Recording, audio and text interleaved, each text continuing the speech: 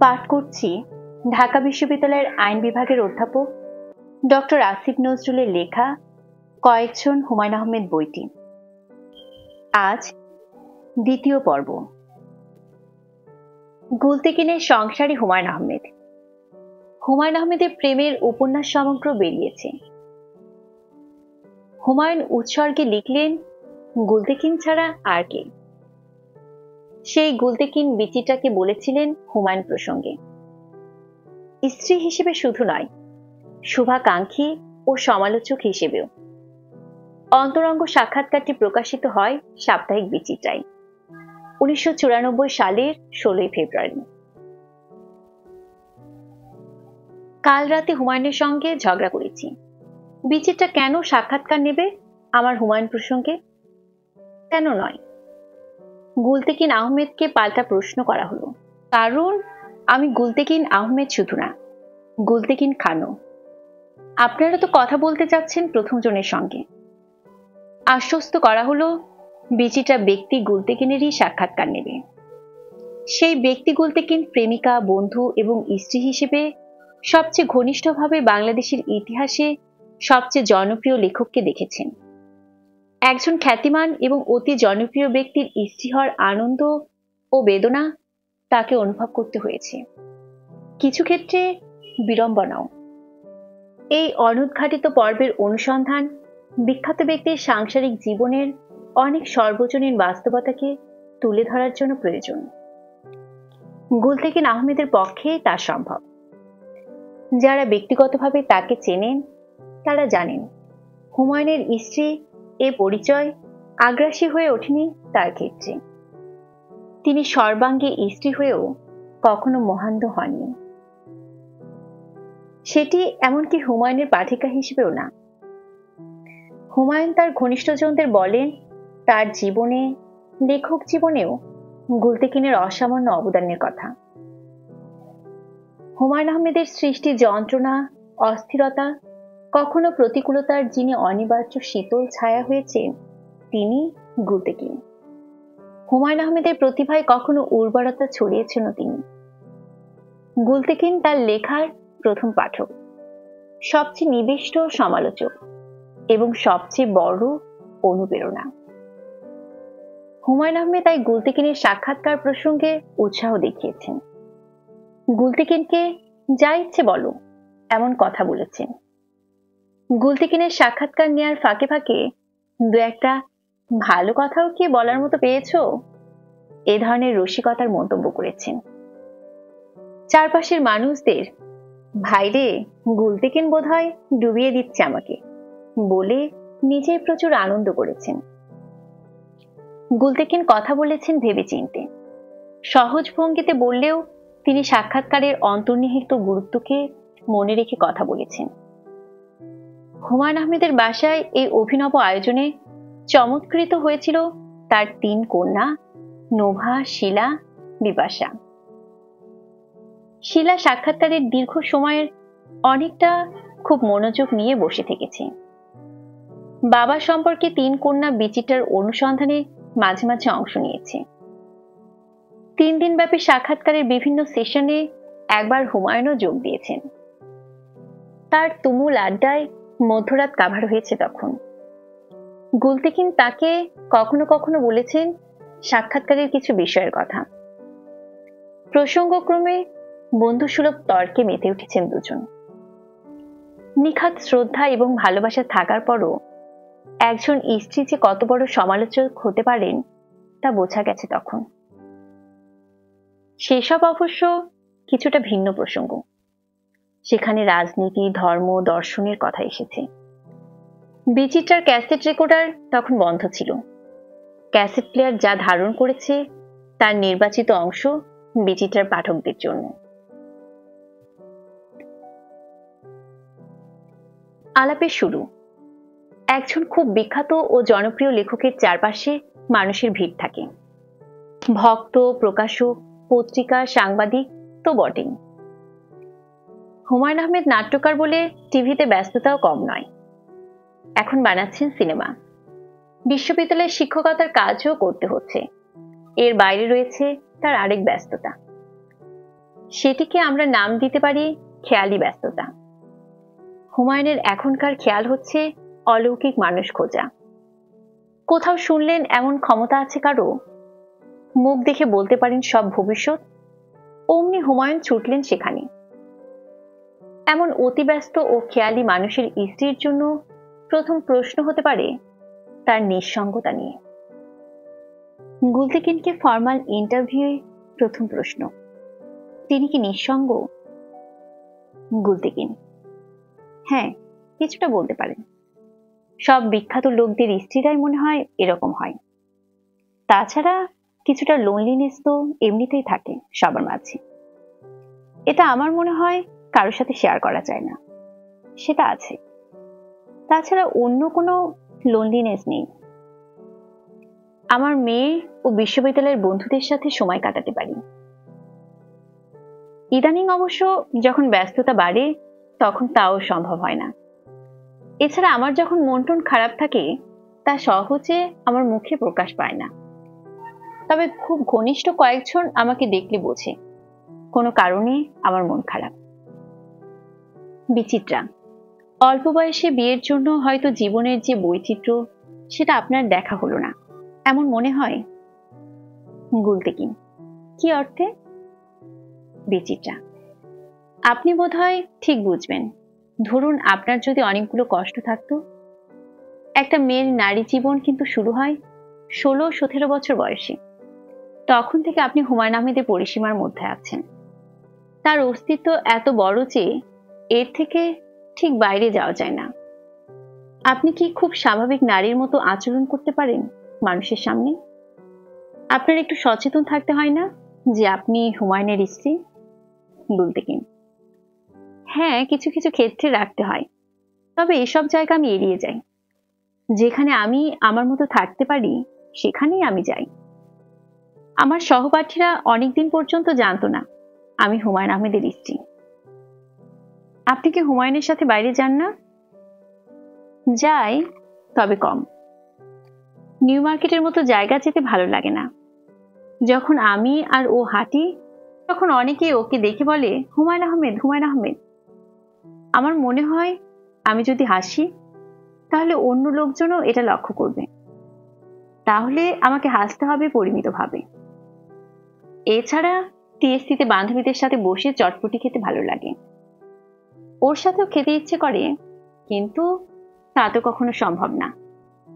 সেদিক থেকে আমি খুব মিস করি।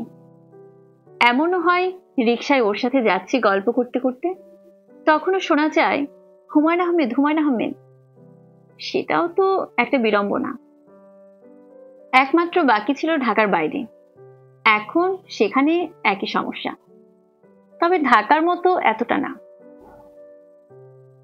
বিচিত্রা: গুলতেকিন মানে হুমায়ুনের স্ত্রী, এই পরিচয়টা কি আপনার কাছে শ্বাসরুদ্ধকর লাগে কখনো? গুলতেকিন: শ্বাসরুদ্ধকর লাগতে পারে এরকম কোনো জায়গায় যেতে হয়নি, তাই এরকম কোনো মনোভাব আমার মধ্যে নেই।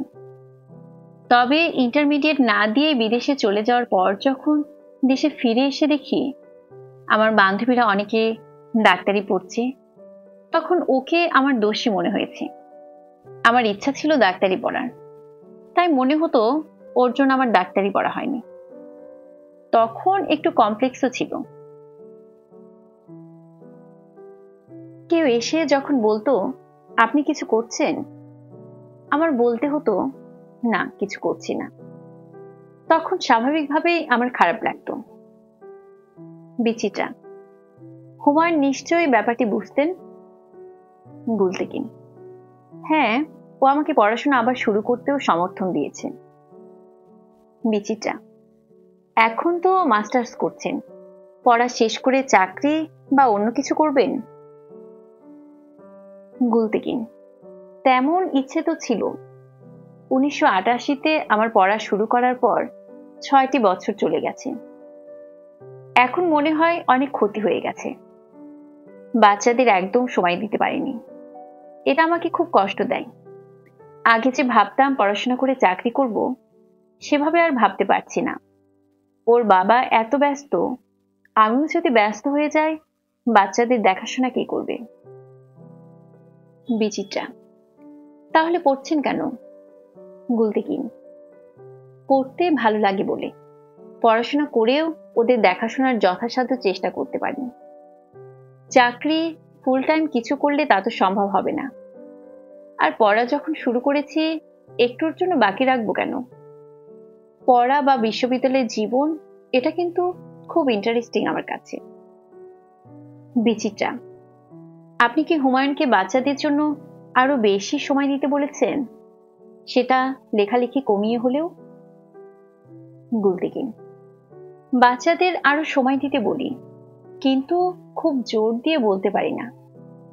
এমন ভাবে জড়িয়ে গেছে ও, ওর ভক্তরা এত আগ্রহ নিয়ে অপেক্ষা করে ওর বইয়ের জন্য, আমি ওকে নাও করতে পারি না। বিচিত্রা: হুমায়ুন আহমেদ স্বামী বলে আপনাকে ব্যক্তিগত অনেক কিছু স্যাক্রিফাইস করতে হচ্ছে। গুলতেকিন: হচ্ছে, তবে এ নিয়ে অনুতাপ বা কষ্ট নেই তেমন। আমি খুব একটা ক্যারিয়ারিস্ট না। আর শুধু আমাকে স্যাক্রিফাইস করতে হচ্ছে এমন তো না। বাংলাদেশে অনেক শিক্ষিত মহিলাকে কেবল সংসারই দেখতে হয়। সে যদি সেটা ভালোবাসে, তাহলে অসুবিধা কি?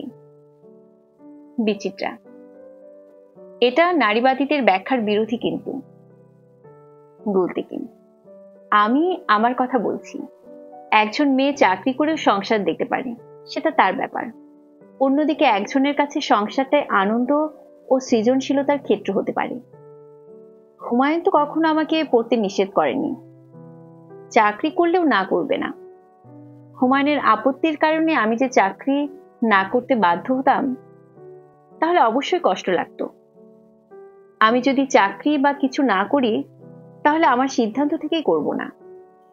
বিচিত্রা: হুমায়ুন আহমেদের বউ হিসেবে মাঝে মাঝে অতিরিক্ত গুরুত্ব নিশ্চয়ই পান, সেটা উপভোগ করেন। গুলতেকিন: মাঝে মাঝে, সব সময় না। কিছু কিছু সময় তো এটা বেশ অস্বস্তিকর লাগে। এটা আগে বলেছি। কিছু সময় এনজয় করি। ধরুন একা একা মার্কেটে গেলাম, দোকানের লোক চিনে ফেললো, খুব সুন্দর একটা শাড়ি বের করে দিল, ভালোই লাগে তখন।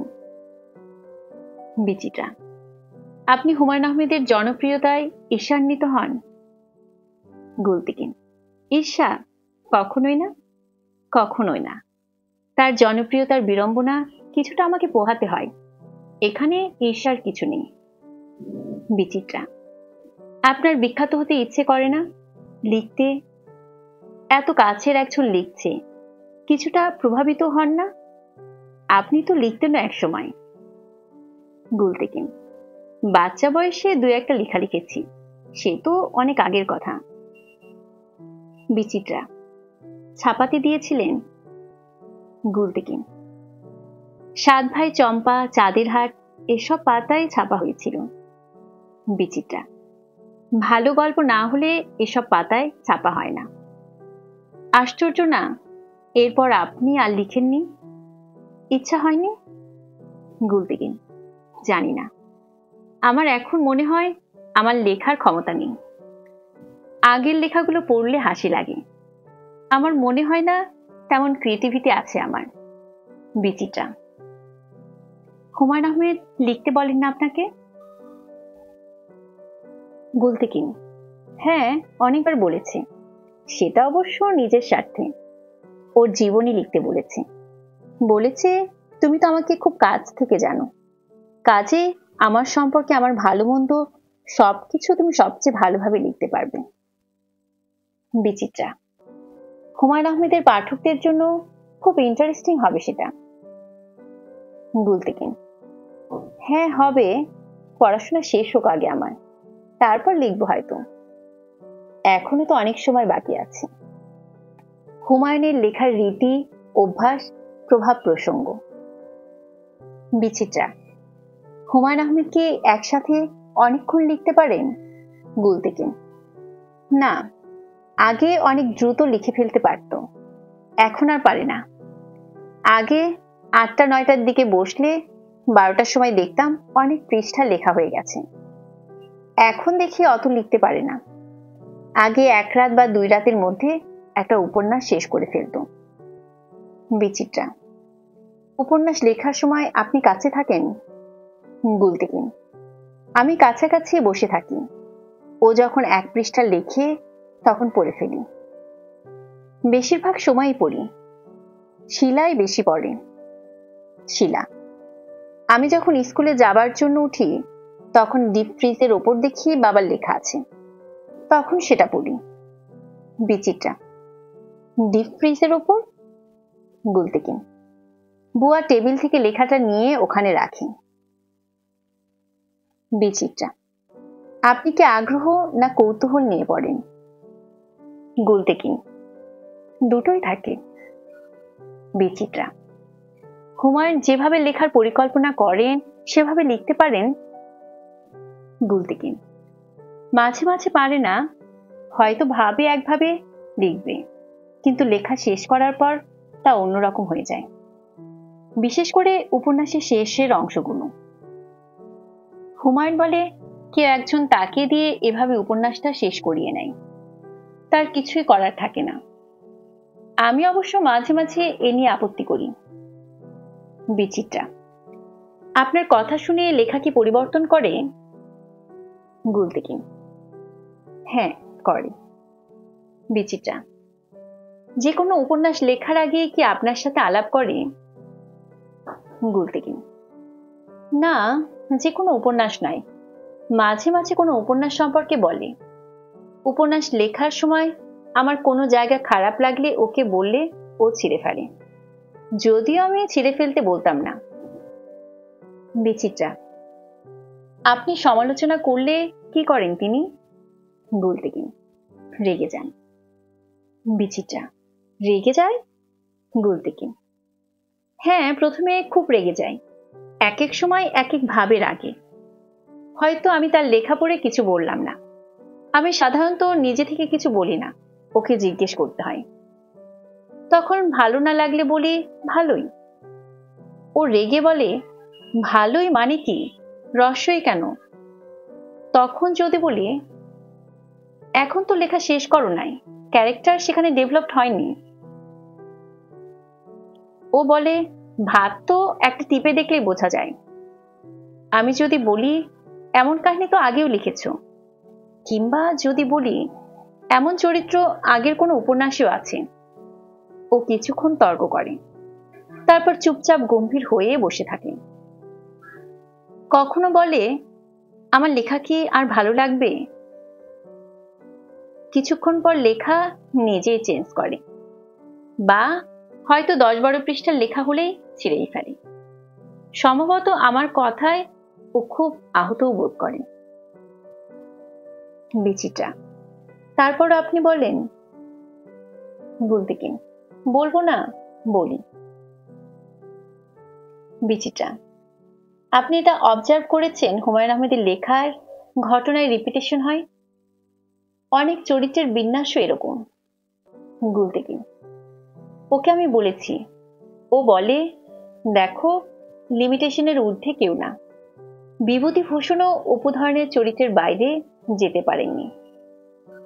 বিচিত্রা: হুমায়ুন আহমেদ অনেক লিখেন বলে রিপিটেশন বেশি হয়।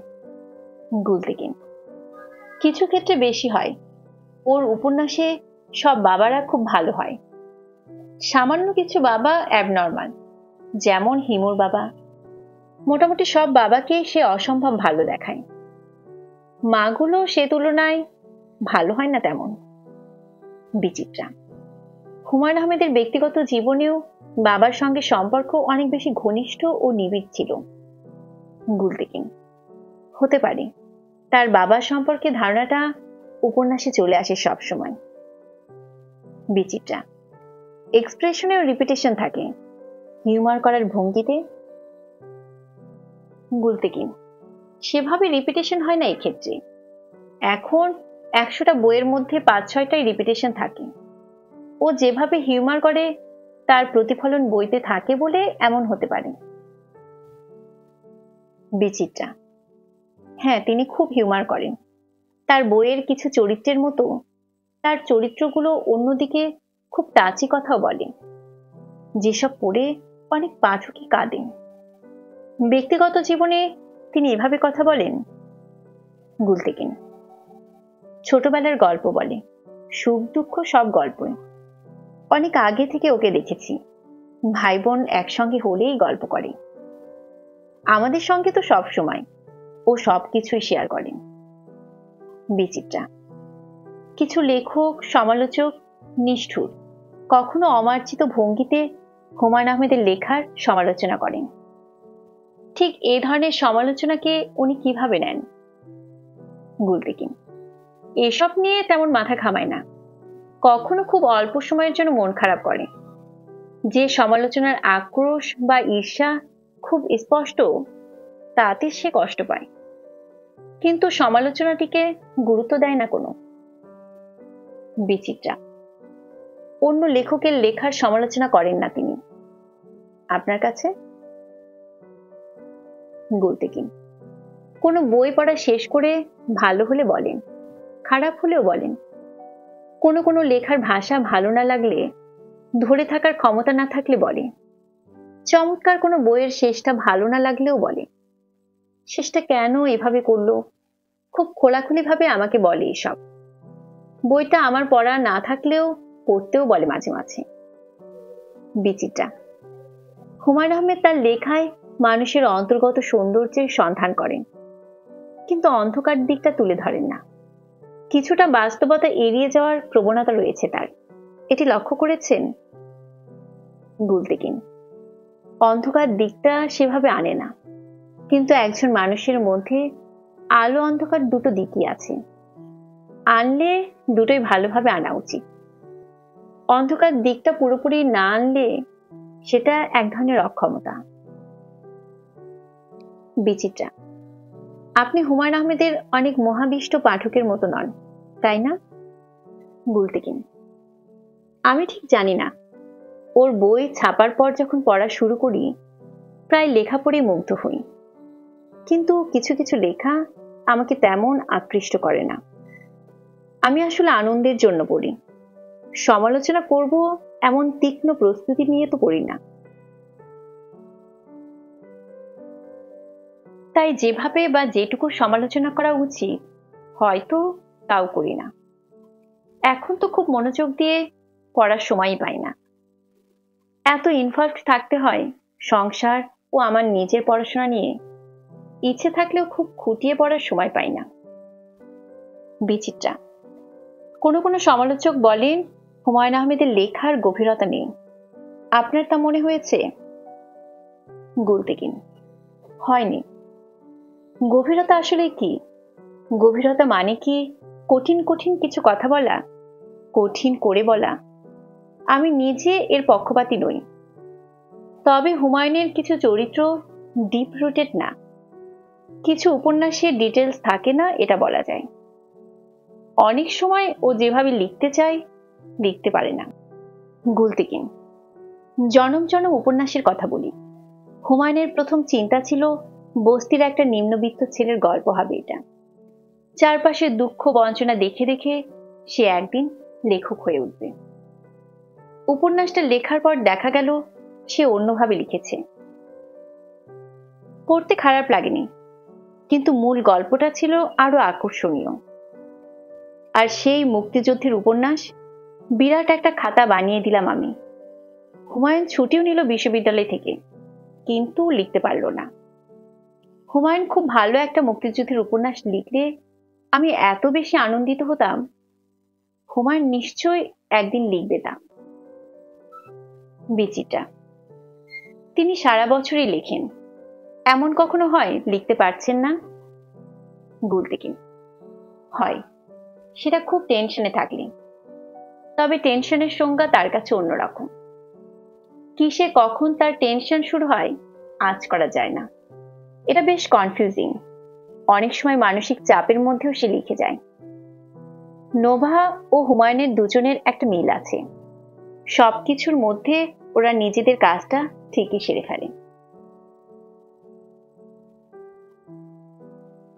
হুমায়ুন যখন এলেন। বিচিত্রা। আপনি তো ভাবির ওপর অসম্ভব ডিপেন্ডেন্ট। আপনার লেখার বিষয়ে আপনি ভাবির সঙ্গে আলোচনা করেন? হুমায়ুন। করি। তবে আমার লেখার সবচেয়ে বড় পাঠক শিলা। নোভা একটু অন্যরকম।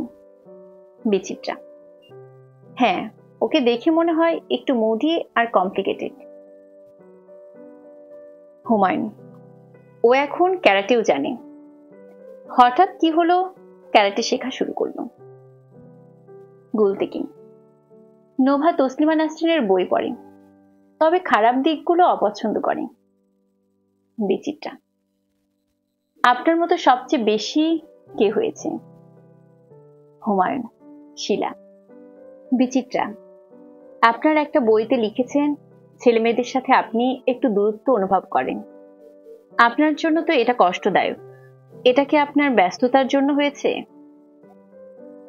হুমায়ুন: এটাই আমার মনে হয়। বিচিত্রা: আপনি বোধহয় ধমক টমক দেন, এজন্য দূরত্ব হয়েছে।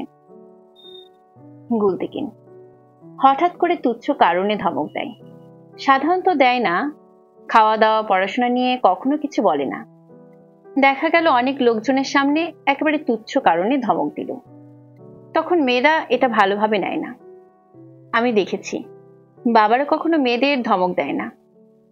আমাদের কখনো আমার বাবা বকতেন না, অথচ ভাইদের ঠিকই বকতেন। আর হঠাৎ করে ধমক দেওয়াটা 3 বছর হলো ওর অভ্যাস হয়ে গেছে, আগে ছিল না। হুমায়ুন: বয়স হয়েছে তো।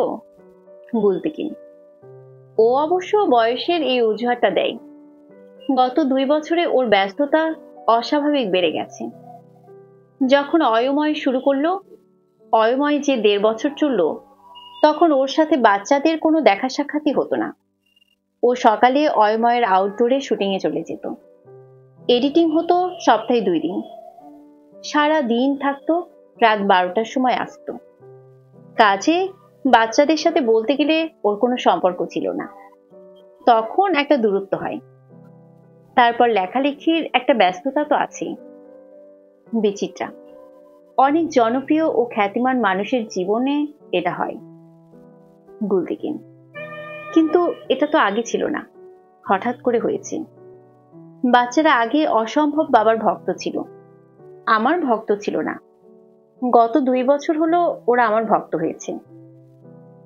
হুমায়ুন: আমার এটা দেখতে ভালো লাগে, মেয়েরা মার সাথে বসে মন খুলে কথা বলছে। কিন্তু আমিও তো পরিবারের একজন, অথচ আমার সাথে কখনো কথা বলে না। এটা আমার খুব খারাপ লাগে। বিচিত্রা: আপনি নিজে থেকে কথা বলেন? হুমায়ুন: আমি তো খেতে বসে অনেক মজার মজার কথা বলি। গুলতেকিন: বাচ্চারা এসব খুব এনজয় করত। তারা পছন্দ করত ড্যাডির গল্প বলার ভঙ্গি। আগে যেটা ছিল, ও দুপুরবেলায় বাচ্চাদের ডেকে গল্প বলতো, কিন্তু এখন আর এরকম হয় না। আসলে একসাথে আমরা সময় কাটাই খুব কম। ও সবসময় ওর পছন্দের জায়গায় বাচ্চাদের নিয়ে যেত, কিন্তু বাচ্চাদের পছন্দের জায়গায় যেতে চায় না, তাই বাচ্চারাও আর ওর সাথে যেতে চায় না। বিচিত্রা: শিলারা খেলতে ভালোবাসে। আপনি কি কখনো শিলাদের সাথে তাস খেলেছেন? হুমায়ুন: না। বিচিত্রা: অন্য কিছু খেলেছেন? হুমায়ুন: না। গুলতেকিন: ও বাচ্চাদের সাথে খেলার ইচ্ছাটাই কখনো প্রকাশ করে নাই। হুমায়ুন: আমাকে প্রথম যে ঘটনাটা হার্ট করে সেটা বলি। আমার বন্ধু মোজাম্মেল সাহেবের সাথে আমি ইন্ডিয়া ঘুরে আসি। 7-8 দিন পর বাসায় আসার সঙ্গে সঙ্গে মেয়েরা আমার বন্ধুকে জড়িয়ে ধরল। আমাকে দেখে কিন্তু কোনো অভিব্যক্তি প্রকাশ করলো না। এটাই প্রথমে আমাকে আঘাত করে। গুলতেকিন: বাচ্চাদের জন্য ওর যে খারাপ লাগে এটা সাময়িক। যখন ও দূরত্বটা বোঝে তখন খারাপ লাগে, কিন্তু একটু পরে লেখালেখি নিয়ে ব্যস্ত হয়ে পড়লে এটা আর ওর মনে থাকে না। নোভা শিলা বিপাশার সঙ্গে। বিচিত্রা: বাবার কোন বই ভালো লেগেছে? নোভা: সব বই ভালো লাগে, তবে আগুনের পরশমণি, কৃষ্ণপক্ষ একটু বেশি। পাখি আমার একলা পাখি, নীল অপরাজিতা ভালো লাগেনি। শিলা: নীল অপরাজিতা বিশ্রী লাগে, বিচিত্রা, সুনীলের বই বেশি ভালো লাগে না তোমার বাবার বই? নোভা, বাবার, ড্যাডির। বিচিত্রা, এটা কেন? ড্যাডি দেখে? শিলা, বই পড়ার সময় চিন্তা করি না এটা ড্যাডির না অন্য কারো। বিচিত্রা, শিলার কি সবচেয়ে ভালো লাগে ড্যাডির বই? শিলা, আমি আর কারোর বই পড়ি না।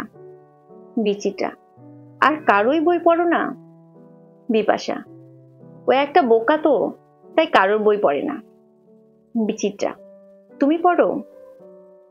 বিপাশা, আমি এখন আর ড্যাডির বই পড়ি না। বিচিত্রা, তুমি ড্যাডির বই পড়ো না কেন? বিপাশা, ছোটদের বই লেখে না, যেগুলো আছে ওগুলো আগেই পড়েছি। আমার শাহরিয়ার কবিরের বই বেশি ভালো লাগে। শিলা, এ বাসায় ড্যাডির বই ছাড়া অন্য বই বেশি নেই, জায়গা কম তো, যেগুলো আছে সেগুলো অবশ্য পড়েছি। বিচিত্রা, ড্যাডির লেখা ছোটদের বই বেশি ভালো লেগেছে না শাহরিয়ার কবিরের লেখা বই ভালো লেগেছে? শিলা, ড্যাডির লেখা ছোটদের বই তো অনেক ছোটদের জন্য, ওগুলো ঠিক আমাদের জন্য নয়। বিচিত্রা, ড্যাডি তোমাদের সঙ্গে রাগারাগি করে? শিলা, হ্যাঁ করে, কিন্তু ড্যাডি নোভাকে ভয় পায়। যখন ড্যাডি মার সাথে কথা বলার সময় অন্যায় করে তখন নোভা ড্যাডির সাথে ঝগড়া করে, দেখলেই ভয় লাগে, ডেঞ্জারাস, সাংঘাতিক। এখন আবার ক্যারাটে শিখছে, ওই ক্যারাটে শিখে বাসায় এসে আমাকে শেখায়, দুজনেই দূর থেকে যুদ্ধ করি। বিচিত্রা, আচ্ছা, তোমাদের কোনো বন্ধু জানে না তোমরা হুমায়ুন আহমেদের মেয়ে? বিপাশা, জানে, এজন্যই তো অসহ্য। ক্লাসের কিছু ন্যাকা মেয়ে সবসময় পিছে পিছে ঘোরে, ওরা বলে তোমার বাবা এত সুন্দর বই লেখে, একটা বই দিও। বিচিত্রা, তোমার এসব শুনতে ভালো লাগে না? বিপাশা, না, একদম না। বিচিত্রা, কেন?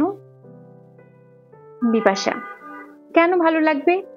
গল্প করছি তার মাঝেও এসব বলে, সবসময় কেন বলবে? শিলা, হুমায়ুন আহমেদের মেয়ে হিসেবে অনেকে চেনে, এছাড়া আমি নাটকে অভিনয়ের পরে সবাই চেনে, তবে ক্লাসমেটরা কেউ আমাকে হুমায়ুন আহমেদের মেয়ে বলে না। জানে তাহলে আমি মন খারাপ করব, আমার জন্য আমাকে অন্যরা আলাদাভাবে দেখে, ভালোই লাগে। গুলতিকিন, শিলার সাথে তার বাবার কথাবার্তার ধরনে মিল, আর নোভার সাথে তার বাবার মিল আছে এক জায়গায়।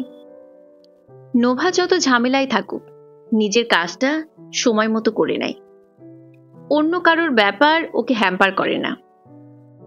বিচিত্রা, হুমায়ুন তো বললেন আপনার মন খারাপ তাকে হ্যাম্পার করে, তখন উনি লিখতে পারেন না।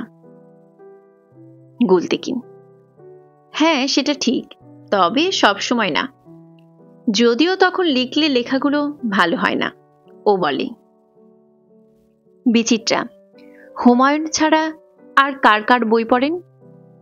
গুলতিকিন, গত 2-3 বছর ধরে অন্যান্য বই পড়া কমে গেছে। সুনীল, শীর্ষেন্দু, সুবোধ ঘোষ, তাদের বই ভালো লাগে। মানিক বন্দ্যোপাধ্যায়ের বই ভালো লাগে। এখানের সৈয়দ শামসুল হকের বেশ কিছু বই ভালো লাগে। বিচিত্রা, হুমায়ুনের সাথে বিয়ে না হলেও কি তিনি আপনার প্রিয় লেখক হতেন? গুলতিকিন, হ্যাঁ হতো, ওর লেখা পড়েই কিন্তু ওর সঙ্গে আমার প্রেম, এখনো সেই ম্যাজিকটা কাজ করে। ব্যক্তি হুমায়ুন আহমেদ প্রসঙ্গ। বিচিত্রা, হুমায়ুন প্রশংসা শুনতে ভালোবাসেন, তার জন্য ব্যাপারটা একটু বিস্ময়কর, যেহেতু কারো কথার খুব বেশি গুরুত্ব দেন না তিনি। গুলতিকিন, ও আসলে প্রশংসা শুনতে খুব ভালোবাসে, তবে সমালোচনা বেশি সহ্য করতে পারে না। বিচিত্রা, তার ঘনিষ্ঠ লোকরা কেউ তার সমালোচক না? অন্যভাবে বললে, তার সমালোচনা করলে তার প্রিয় মানুষ হওয়া যায় না, এমন হয় না? গুলতিকিন, তার ঘনিষ্ঠরা কেউ কেউ কিন্তু তার সমালোচনা করেন, প্রায়ই বলে তোমার এ লেখা ঠিক হয়নি, ওইভাবে লিখলে ভালো হতো, আরো অনেক কিছু। বিচিত্রা, তিনি সেটি একসেপ্ট করেন? গুলতিকিন, শোনে তো অন্তত, কখনো তর্কও করে। বিচিত্রা, হুমায়ুন আহমেদ মানুষকে চমকে দিতে পছন্দ করেন, লেখার মতো বাস্তবেও। গুলতেকিন, কখনো কখনো করে, তবে ওর সবকিছু চমকে দেওয়ার জন্য নয়। এই যে সেন্ট মার্টিনে বাড়ি করা, এটা নিজের শখে, স্ট্যান্ড দেওয়ার ব্যাপার নেই এখানে। বিচিত্রা, হুমায়ুন আহমেদকে খুব চালাক বললে আপনি আপত্তি করবেন? গুলতেকিন, হুমায়ুন বুদ্ধিমান, চালাক মানে তো তার সঙ্গে ধূর্ততা থাকে। হুমায়ুন বুদ্ধিমান তো অবশ্যই, এই স্টেজে যে এসেছে সেটা তো তাই ইন্ডিকেট করে। বিচিত্রা, সেটা তো প্রতিভার জন্য। গুলতেকিন, প্রতিভা তো বটেই, তবে এর সঙ্গে আরো কিছু আছে। বিচিত্রা, তিনি জানেন সবকিছু কিভাবে অর্জন করতে হয়। তার যা আকাঙ্ক্ষা, যা প্রয়োজন, তাতে সচেতনভাবে তিনি সফল হন। কোনো বিতর্কও নেই তাকে নিয়ে। গুলতেকিন, বুঝতে পারছি না কিভাবে বোঝাতে যাচ্ছেন। বিচিত্রা, একটা উদাহরণ দিয়ে বোঝান। একই সঙ্গে তিনি রাজাকারদের বিরুদ্ধে বলেন, আবার তাদের পত্রিকায় সাক্ষাৎকার দেন, লেখা দেন। তারপরও বর্ডার লাইনটা এমন ভাবে মেনটেন করেন যে কখনোই তিনি বিতর্কিত হয়ে ওঠেন না। স্পষ্টভাষী তিনি, ক্ষুরধার সমালোচনা করেন প্রকাশ্যে, তারপরও তিনি জনপ্রিয়। গুলতেকিন, কিন্তু আমি জানি না সেটা কি খুব চালাকি করে কিনা। এ নিয়ে আমার সন্দেহ আছে। ওই রকম চালাক তাকে মনে হয় না, বরং কিছু ক্ষেত্রে বোকা মনে হয়েছে তাকে। আর তাছাড়া এখানে কিছুটা ভাগ্যেরও ব্যাপার আছে। এটাও কখনো মনে হয় যে তার তো বিতর্কিত হওয়ার কথা। সে স্বাধীনতার বিপক্ষ শক্তির পত্রিকায় সাক্ষাৎকার দিয়েছে, লেখাও। সেখানে তো তার লেখা দেওয়াটা ঠিক না।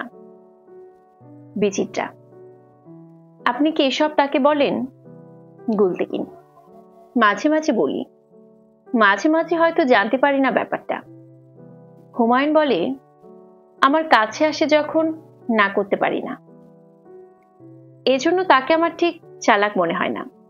বুদ্ধিমান সে, কোনো সন্দেহ নেই, তবে চালাক না। বিচিত্রা, আপনি যে বললেন না করতে পারেন না, আমি তো জানি হুমায়ুন আহমেদ স্পষ্টভাবে তার পছন্দ ও অপছন্দের কথা বলতে পারেন। গুলতেকিন, সব সময় বলতে পারে না বোধহয়। সে মানুষকে এত ভালোবাসে, কেউ খুব অনুরোধ করলে না করতে পারে না। অনুরোধ করলে সব সময় সবকিছু করা তো ঠিক না, তবে অনেক ব্যাপারে হুমায়ুন অনেকের চেয়ে অনেক স্পষ্টভাবে বলতে পারেন। বিচিত্রা, আপনি একবার আমাকে বলেছিলেন হুমায়ুন খুব ভালো অভিনেতা, এটা কিরকম? গুলতেকিন, তার কাছে এত লোক আসে, মনে হয় প্রত্যেকের কথা খুব আগ্রহ নিয়ে শুনছে, কিন্তু আসলে আগ্রহ নিয়ে শোনে না। এত লোকের কথা তো আগ্রহ নিয়ে শোনা যায় না। মাঝে মাঝে তার কষ্ট হয়, তবু সে মানুষকে এটা বুঝতে দেয় না। বিচিত্রা, এটা তো মহৎ অভিনয়। গুলতেকিন, হ্যাঁ তাই, মহৎ আর যাই হোক, হুমায়ুন ভালো অভিনয় করতে পারে। বিচিত্রা, আপনার সঙ্গে অভিনয় করেন তিনি?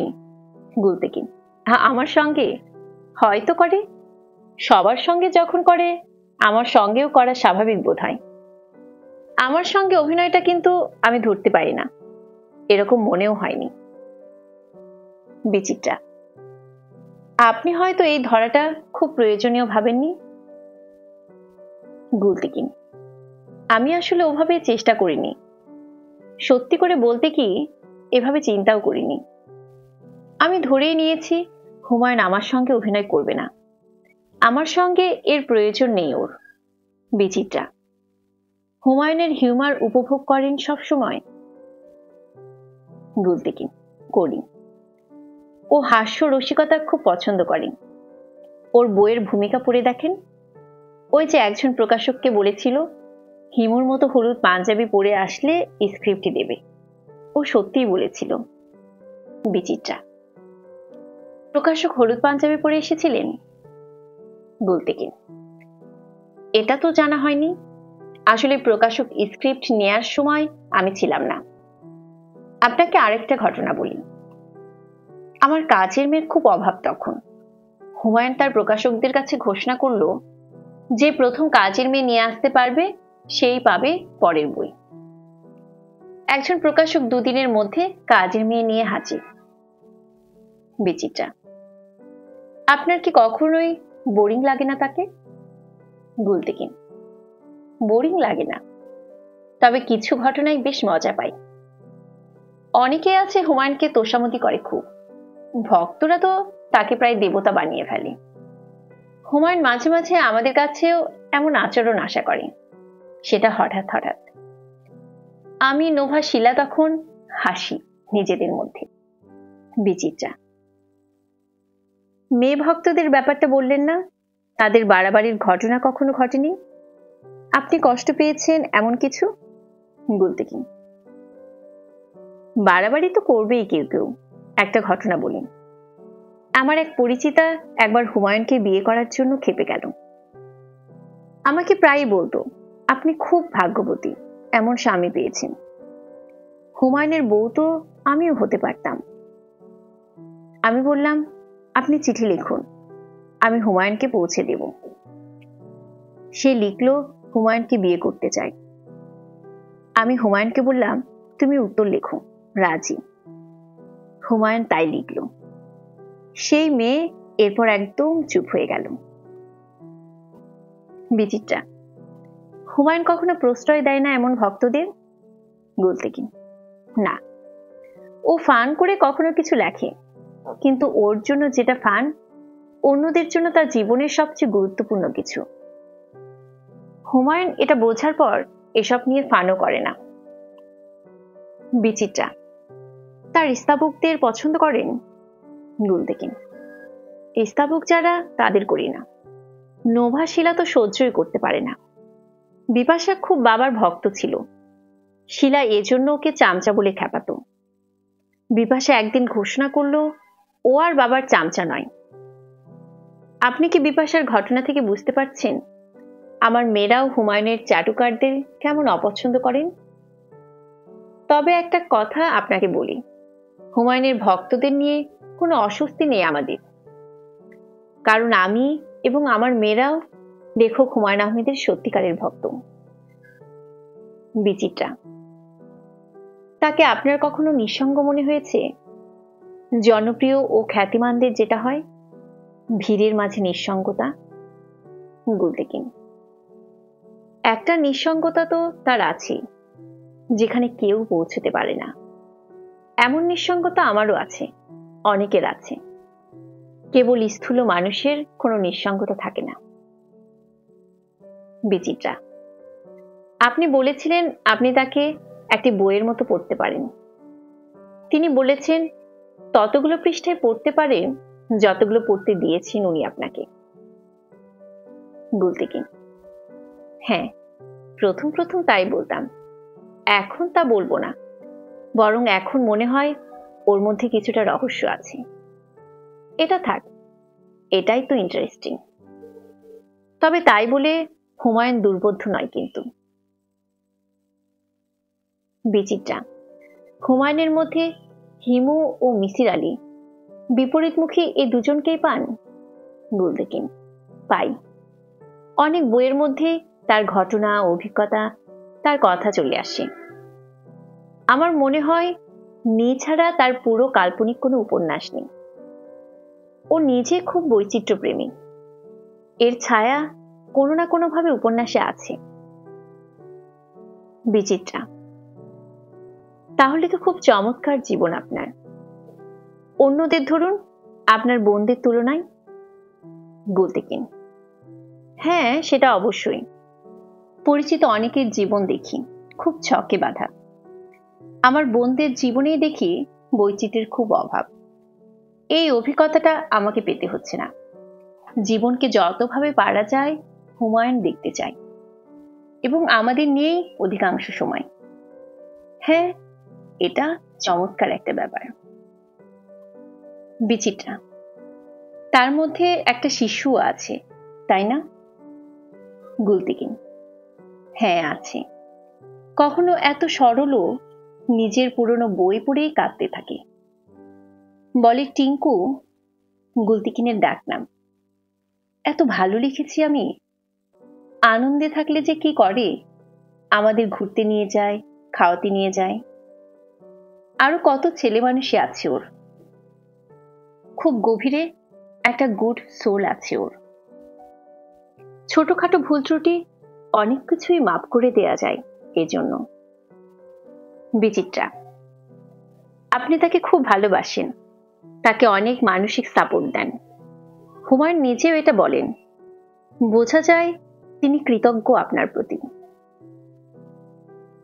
গুলতিকিন, কৃতজ্ঞ তো থাকা উচিত। সিনসিয়ারলি বলছি, ওকে সুখী করার জন্য, শুধু ওর জন্য যা কিছু করা সম্ভব করেছি আমি। সাক্ষাৎকার শেষে গুলতিকিন এমন কথা বলতে পারেন। হুমায়ুন আহমেদের নিজের বক্তব্য এটা। সাক্ষাৎকার শেষের আড্ডায় হুমায়ুন এ প্রসঙ্গে অনেক কিছু বলেছেন। বলেছেন তিনি বিদেশে পড়তে যাওয়ার সময় গুলতিকিন নিজের পড়া ছেড়ে সেখানে বেবি সিটিং করেছেন। দেশে এসে তার পড়ার পাশাপাশি সংসারের সব ঝামেলা সামলান গুলতিকিন। হুমায়ুন আহমেদের লেখালেখিতে সবচেয়ে কার্যকরী আগ্রহ তার। বিচিত্রা প্রতিবেদককে বলতেই হলো, আপনারা দুজন দুজনকে গভীরভাবে ভালোবাসেন। এ কথা শুনে হুমায়ুন আহমেদ গাঢ় চোখে তাকিয়ে থাকেন গুলতিকিনের দিকে। গুলতিকিনকে দেখে মনে হচ্ছিল তিনি খুব ভালো করে জানেন এটা। এই জানা অবিনশ্বর হোক। চমৎকার দম্পতির প্রতি আমাদের এটাই শুভেচ্ছা।